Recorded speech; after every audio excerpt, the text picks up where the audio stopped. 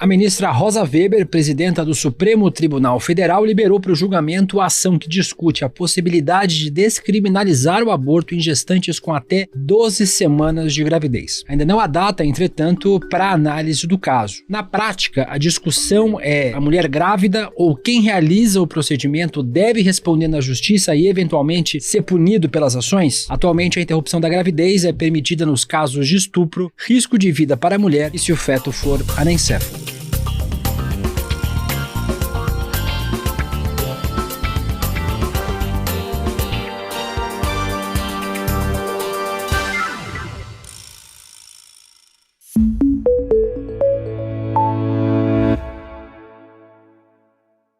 Olá, seja muito bem-vinda, muito bem-vindo. Eu sou William De Luca e esse é o Em Detalhes. Aqui sempre com um convidado, nós vamos mergulhar e analisar a temática do dia. Hoje eu converso com a advogada e cofundadora da Rede Feminista de Juristas, Isabela Del Monde. Isabela, obrigado por ter aceitado o nosso convite de conversar no Em Detalhes no ICL.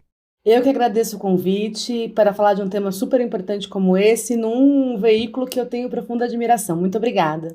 Acho importante a gente começar nessa nossa conversa, Isabela, explicando uma diferença que causa muita confusão entre descriminalizar e legalizar o aborto. Vários países do mundo têm experiências diferentes nesse sentido, mas para nossa experiência, qual é a diferença prática entre descriminalizar e legalizar o aborto? Legal, então vamos lá, gente. Descriminalizar o aborto ou descriminalizar qualquer crime, né, qualquer conduta, é ter uma situação, no caso aqui, vamos tratar no nosso exemplo, que é o aborto. Se alguém fizer, aquela pessoa não está cometendo crime, ou seja, ela não está sujeita a um processo penal e a uma eventual condenação ao cumprimento de pena. Aquela conduta para de ser considerada um crime. Um exemplo no Brasil é o adultério. O adultério, ou seja, a traição, né, a manutenção de um caso fora do casamento, era considerado crime no Brasil. E parou de ser. Então hoje, se alguém trai o companheiro ou a companheira, não pode sofrer uma denúncia do Ministério Público, ser processado e condenado e cumprir algum tipo de pena de prisão. Já quando a gente está falando de legalização, é quando a gente tem uma norma específica regulamentando a prática. Regulamentando, então, no caso aqui, a prática do aborto, determinando então a quantidade máxima de semanas, os tipos de procedimentos, quem que pode fazer, quem que não pode fazer, ter, por exemplo, uma determinação de que médicos e médicas que possam fazer tem que ter determinados tipos de licenças, treinamentos, autorizações do Ministério da Saúde e assim por diante. Então essa que é a diferença central entre uma coisa e outra. A pauta para julgamento deve ser marcada nos próximos períodos. Esse é um avanço em relação à pauta da interrupção de gravidez no Brasil. A pauta dos movimentos sociais é pela descriminalização ou, no fim das contas, a pauta mesmo dos movimentos sociais é para legalização do aborto? A gente vê, a mais importante de tudo, William, é a gente garantir a descriminalização, porque a gente sabe que há mulheres que, quando elas carregam consigo alguns marcadores sociais, elas têm muito mais riscos de serem processadas e condenadas num processo penal. Então é muito importante que a gente garanta que uma mulher que exerça autonomia sobre o seu corpo não seja presa. Lembrando, né, que o direito penal e a prisão são consideradas as consequências mais graves dentro do ordenamento jurídico brasileiro. Claro que o ideal seria que a gente tivesse as coisas caminhando em paralelo. Não é mais crime e também é regulamentado, é também legalizado. Mas, se a gente tiver que fazer uma escolha, é claro que o mais importante é evitar a prisão de mulheres, especialmente mulheres negras, periféricas, vulneráveis, jovens. Então, o mais importante de tudo é a gente evitar que essas mulheres sejam presas. Mas é claro que é fundamental também que o Estado brasileiro regulamente a prática. Esse debate passa por tirar o aborto e essa discussão do campo da segurança pública para o campo da saúde pública, né? Sem dúvida alguma, né? O aborto não é uma questão criminal. Isso ser tratado como crime é um reflexo de uma sociedade machista e misógina que tutela, né, que permite ao Estado a tutela do corpo de mulheres. Acho que a gente pode fazer aqui, William, um paralelo com o que a gente viu acontecendo na pandemia. Muitas pessoas reivindicavam a autonomia dos seus corpos para não usar máscara ou para não se vacinar, independentemente das consequências para o coletivo das suas escolhas individuais. Então, a criminalização do aborto, ela é sim uma forma do Estado manter uma tutela das mulheres e reservar às mulheres ainda a percepção de que somos apenas máquinas reprodutoras, né? Que a nossa função é reproduzir e, mais do que isso, de que somos nós as responsáveis por uma gravidez. quando nenhuma mulher engravida sozinha. Então é muito importante que a gente desloque essa discussão do tema da segurança para o tema de saúde pública, porque as mulheres, sendo permitido ou sendo proibido, as mulheres estão realizando a interrupção das suas gravidezes, por N motivos, mas elas estão realizando. E a partir do momento que isso é um crime, a gente tem a vida das mulheres e também a vida, muitas vezes, dos seus filhos, porque muitas das mulheres que abortam já são mães, em risco. Então é muito importante que a gente desloque essa conversa no campo da saúde para que a gente possa trabalhar com a ideia de prevenção à gestação, com a ideia de educação e, finalmente, com a interrupção voluntária da gravidez, caso seja o desejo daquela mulher ou daquela pessoa que engravidou. No começo da nossa conversa, Isabela, você citou 2 vezes marcadores sociais. Existe um tipo de mulher que é mais afetada pela criminalização do aborto? Certamente, compõe o mesmo público que é afetado por qualquer tipo de criminalização. A gente não pode ter essa discussão sobre a criminalização no vácuo. A gente precisa olhar para o nosso sistema penal, para o nosso sistema prisional e ver quem que o Brasil prende. Como disse, o ministro Alexandre de Moraes, quando ele vai votar pela legalização, ou pela descriminalização do porte de maconha, ele trouxe uma série de dados sobre quem que é encarcerado no Brasil. Então, mulheres brancas, mulheres de classe média alta, mulheres que têm dinheiro, que têm formação universitária, certamente não são as clientes do sistema penal. Quem a gente já vê, como condenadas pela prática de aborto são mulheres que são tipicamente afetadas também pelo sistema penal em outros tipos de crime. É que a gente está falando então de mulheres negras, de mulheres jovens, de mulheres economicamente vulneráveis, com baixo acesso à educação. A gente vai ver a reprodução do mesmo tipo de desigualdade que a gente vê em todo tipo de criminalização, ela também vai acontecer quando a gente está falando de aborto. Por isso que, inclusive, é muito comum dizer que as mulheres ricas abortam e as mulheres pobres morrem quando a gente tem esse tipo de conversa sobre descriminalização e legalização da interrupção da gestação. Eu ia te perguntar exatamente isso, Isabela. Existe um senso comum de que o aborto já é legalizado no Brasil se você for rico, Se você tiver dinheiro, os locais onde se faz aborto, nas principais cidades do Brasil, são bem conhecidos. Clínicas,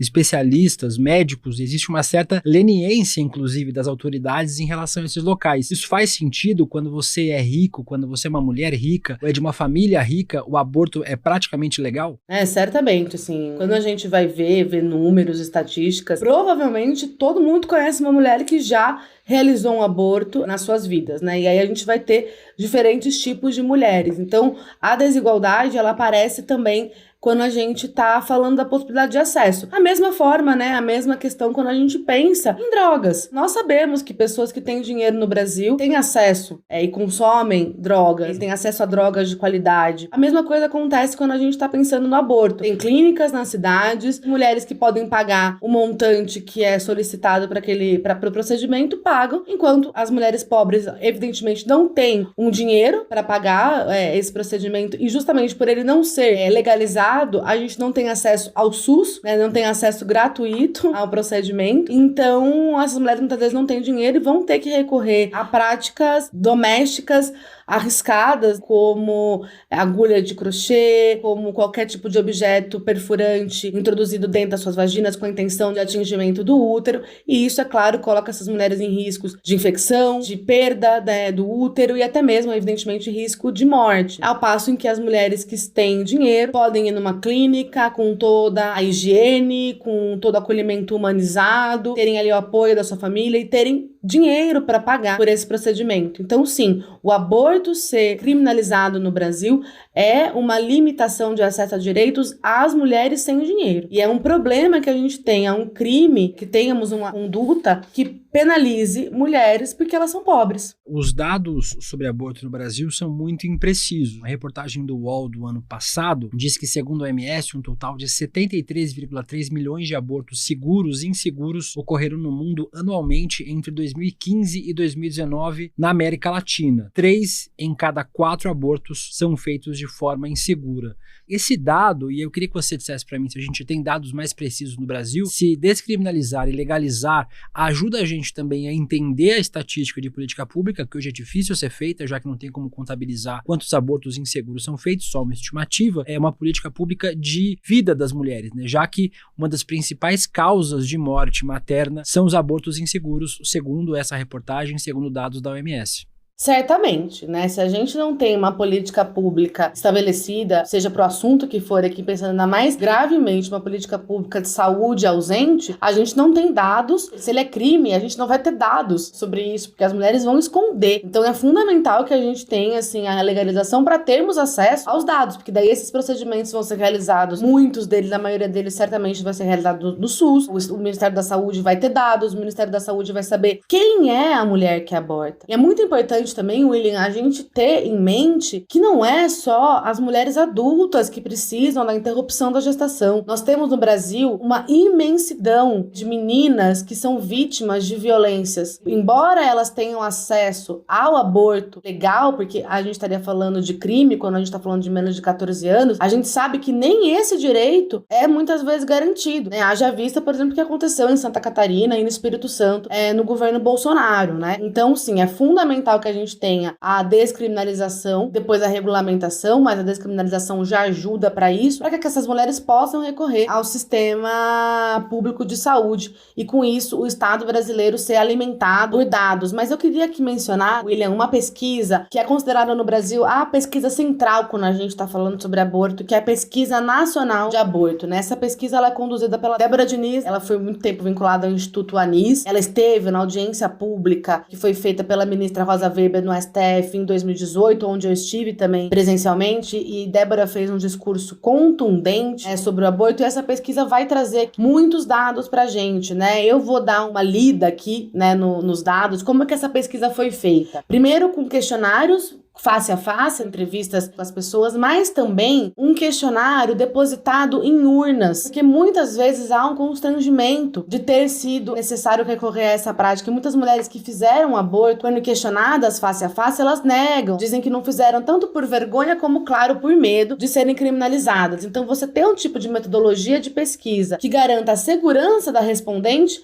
é central para que a gente tenha um dado qualificado, um dado com o qual a gente possa trabalhar. Foram 2.000 mulheres participantes da pesquisa em idade de 18 a 39 anos. E aqui, por exemplo, essa pesquisa vai mostrar que 1 a cada 7 mulheres já fez um aborto até os seus 40 anos de idade. A maior parte dessas mulheres que já fizeram aborto, mais de 40% delas já são mães. Então, esse é um dado que muita gente esquece, William, quando a gente está falando sobre aborto, que é, se essa mulher que já é mãe precisa recorrer a uma prática insegura que coloca a sua vida em risco, não só a gente está aumentando a mortalidade materna, mas a gente também está aumentando o número de crianças órfãs de mães no Brasil. E essas mulheres são também, muitas delas, a maioria delas, são mulheres que são casadas e que são religiosas. Então existe uma ideia, um mito, né, uma mentira, de que a mulher que recorre ao aborto é uma mulher promíscua, que escolhe não se prevenir contra uma gravidez, que ela é, então, portanto, uma mulher de vida fácil, irresponsável. Quase ela tem que ser penalizada com uma gravidez por ter escolhido manter relações sexuais. Quando, na verdade, o perfil da mulher que aborta é uma mulher trabalhadora, com seus lá 35, 40 anos,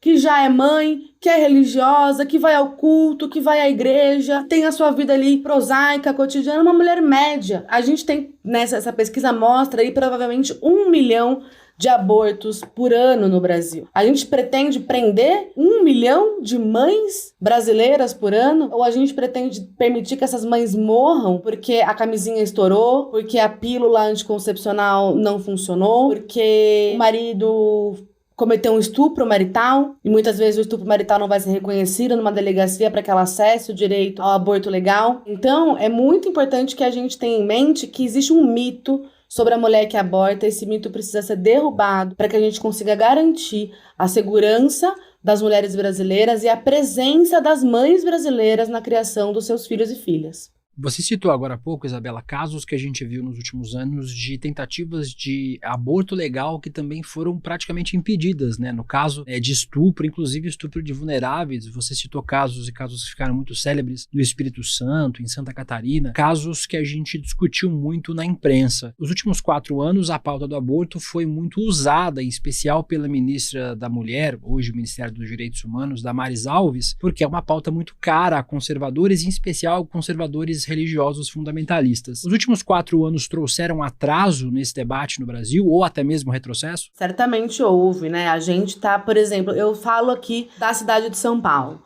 Na cidade de São Paulo tem um hospital referência nacional, que é o Hospital Pérola Baito, referência nacional para a saúde das mulheres. Esse hospital sempre foi conhecido por performar e por realizar abortos legais, sem nenhum tipo de óbice para a mulher que recorria a ele. E isso caiu, e isso mudou, isso parou de acontecer. A gente está enfrentando o óbice para o acesso ao aborto legal, né? Porque um dos motivos centrais, a lei brasileira, ela não determina o prazo de gestação para a realização do aborto legal. Nós temos uma nota técnica do Ministério da Saúde que determina que é no máximo de 22 semanas esse prazo. Mas essa nota técnica, ela não tem força de lei. Então ela não tem que ser utilizada para causar óbice ao acesso a um direito, sendo que a lei não determina qual é o prazo máximo para que seja realizado o abortamento. Então é muito importante que a gente tenha em vista que hoje, mesmo sendo legal, em algumas situações, por exemplo, tem muitos hospitais que informam para as vítimas de estupro que elas precisam apresentar um boletim de ocorrência para que seja feito o abortamento por conta de uma gestação advinda de um estupro. E isso não tem nenhuma fundamentação legal. O Código Penal não fala que o aborto vai ser acessível mediante a apresentação de boletim de ocorrência. Então a gente tem muitas pontas soltas que são utilizadas por conservadores, inclusive pessoas conservadoras nas pontas dos serviços, né, médicos e médicas e enfermeiras, que muitas vezes vão causar óbice para o acesso à gestação, que foi o que acabou acontecendo com o caso da garota de Santa Catarina. E outra coisa, né, é muito importante que a gente tenha a dimensão que, como a gente tem muitas meninas que são vítimas de violência sexual no Brasil, muitas vezes elas não sabem que estão grávidas. E as suas mães, os seus pais, os seus cuidadores também não sabem, porque ninguém vai imaginar que uma menina de 10 anos, 11 anos está grávida. Vai ser a última coisa que vai passar na cabeça de um pai ou de uma mãe ao ver mudanças no corpo da filha, e ela vai descobrir essa gestação tardiamente, e por conta dessa limitação presente na nota técnica do Ministério da Saúde, há juízes e há promotores que alegam que, olha, agora você não pode mais fazer, porque já passou de 22 semanas. Mas essa gestação foi descoberta com 23 semanas pelos responsáveis por aquela criança, e ela vai ser penalizada por uma violência sexual cometida contra ela por causa de uma nota técnica do Ministério da Saúde. Isso não faz nenhum sentido. Então, certamente a gente teve atrasos muito grandes. A conversa ficou parada no Brasil quando a gente está falando do governo Bolsonaro. A gente está falando de um debate de saúde pública e nesses debates a gente costuma ouvir o que a ciência diz. Você acha que os argumentos religiosos devem ser levados em consideração nesse debate público sobre aborto? E em relação aos argumentos científicos, existe um consenso, pelo menos de boa parte da comunidade científica, de até quando esse aborto deve ser realizado? Ou se, nas experiências de outros países, por exemplo, isso já não é mais levado em conta? Eu, particularmente, acredito que os argumentos religiosos não devem ser levados em consideração, por alguns motivos. Primeiro, porque o Brasil é constitucionalmente um Estado laico. Como um Estado laico, ele não pode se guiar por preceitos de uma ou outra religião. E esse é um outro aspecto. As religiões divergem entre si. Então, há religiões, por exemplo, que sabemos que são contra a transfusão de sangue e são contra o transplante de órgãos. A gente acredita que o Brasil tem que parar de fazer transplantes de órgãos porque determinada religião é contra que seus praticantes realizem transplantes. O Brasil tem que deixar as pessoas morrerem na mesa de cirurgia por falta de sangue, porque há religiões que são contra a transfusão sanguínea. Então, claro, a gente tem que respeitar mulheres que, por serem de determinada religião, escolhem não fazer o aborto. O aborto é uma escolha individual, mas nunca um preceito religioso ou as percepções individuais de alguém devem nortear as decisões de saúde pública, de saúde coletiva. Então esse é um ponto aqui que para mim é central. E com relação à sua segunda pergunta do prazo, tem países, eu acredito que foi na Colômbia, mas também talvez possa ter sido no México, mas eu acho que foi na Colômbia, em que foi autorizada a interrupção da gestação a qualquer tempo. A qualquer momento da gestação foi autorizada a interrupção, sem qualquer tipo de limitação. O que normalmente a gente vê acontecendo em outros países é sim ter uma limitação entre 12 e 20, 25 semanas. A gente tem aqui uma limitação que está sendo solicitado na ADPF apresentada pelo SOL. São 12 semanas de tempo gestacional e é um tempo absolutamente razoável, sem sofrimento fetal e etc, para que seja realizada o abortamento. Você falou, Isabela, sobre as experiências de outros países, citou México e Colômbia. Dos 13 países da América do Sul, 6 já legalizaram ou descriminalizaram a interrupção da gravidez. Mais recentemente, Argentina, Chile, Colômbia são as experiências aqui na América do Sul. Queria que você falasse um pouquinho, para a gente já chegar no final da nossa conversa, sobre como é que tem sido essas experiências em outros países. Existe um debate que é muito comum, que se a gente legalizar o aborto, o número de abortos vai explodir, mulheres vão abortar o tempo todo, mais ou menos como fazem em relação à legalização das drogas, né? Que as pessoas vão consumir mais drogas. Queria que você falasse como tem sido essa experiência e se realmente faz sentido esse argumento de que o número de abortos vai aumentar. Não faz sentido. Se não em todos, mas na maioria dos países em que o aborto é legalizado, o que se descobre é uma queda do número de práticas de interrupção da gestação. Por quê? Se eu posso interromper a gestação, eu também posso ter mais acesso à informação. Eu também tenho mais educação. O aborto, para os movimentos sociais feministas, ele é a última escolha. A gente tem um lema, eu vou até buscar aqui para não falar bobagem para vocês, mas é algo no sentido de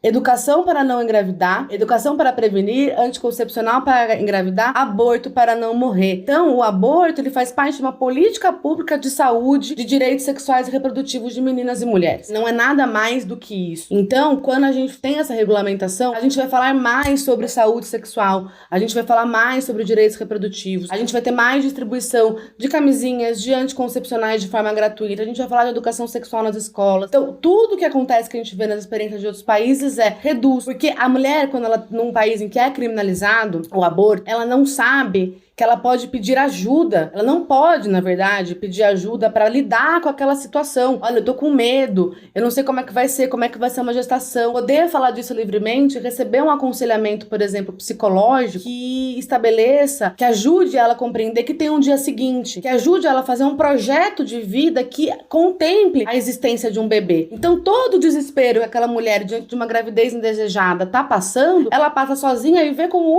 única solução para ela o abortamento. Se ela tem um acolhimento público, institucional e da comunidade ao seu redor para ver um dia seguinte, depois de uma gestação indesejada, para contemplar a existência daquele bebê, a chance dela manter aquela gravidez aumenta. Então é por isso também que os índices caem. Faz parte de um ecossistema de acesso a direitos, à informação e, no último limite, a garantia da autonomia sobre os nossos próprios corpos. O programa Em Detalhes conversou hoje com a advogada e cofundadora da Rede Feminista de Juristas, Isabela Del Monde, sobre descriminalização e legalização do aborto aqui no Brasil. Isabela, obrigado por ter aceitado o nosso convite e por ter conversado com a gente aqui do ICL e do Em Detalhes. Eu que agradeço pelo convite e espero que o Brasil consiga alcançar os nossos vizinhos da América do Sul e da América Latina no sentido de garantir a autonomia de meninas e mulheres sobre seus próprios corpos. Vou aproveitar para fazer uma chamada para vocês para a palestra gratuita com a Monja Cohen, Como Vencer a Ansiedade e o Estresse, com moderação do nosso Eduardo Moreira, no dia 28 de setembro, às 8 horas da noite. Inscreva-se em icl.com.br/Em Detalhes. O videocast Em Detalhes fica por aqui. O próximo episódio vai ao ar às 10h30 da manhã, ao vivo no YouTube, por onde você acompanha toda a programação do ICL Notícias, sempre de segunda a sexta-feira. Você também pode acompanhar o Em Detalhes nas principais plataformas de áudio. A gente se vê. Eu, William De Luca, fiz a apresentação do videocast Em Detalhes. O roteiro é de Ana Carolina Navarro. Coordenação é de Gabriela Varela. A direção técnica de gravação é de Guilherme Bessa, Bianca Pasquim e Caio Marinato. A coordenação de transmissão é de Ícaro Garcia e Malu Pessoa. A operação de áudio é de Henrique Guimarães, Giovanni Anino e Matsu. De vídeo, do Vitor Ferreto. Produção jornalística é da Elo Macrini. A vinheta original é de Caio Marinato. A edição de áudio e sonorização são de Matsu, César Degani, Fabiano Nunes e Gabriela Varela. A direção de mídias sociais é de Joema Martins e a direção de arte é de Stella Spironelli. A coordenação de artes gráficas é de Isabela Chiara. A direção de programação é de Maurício Arruda e a produção executiva é de Eduardo Moreira e Rafael Donatiello.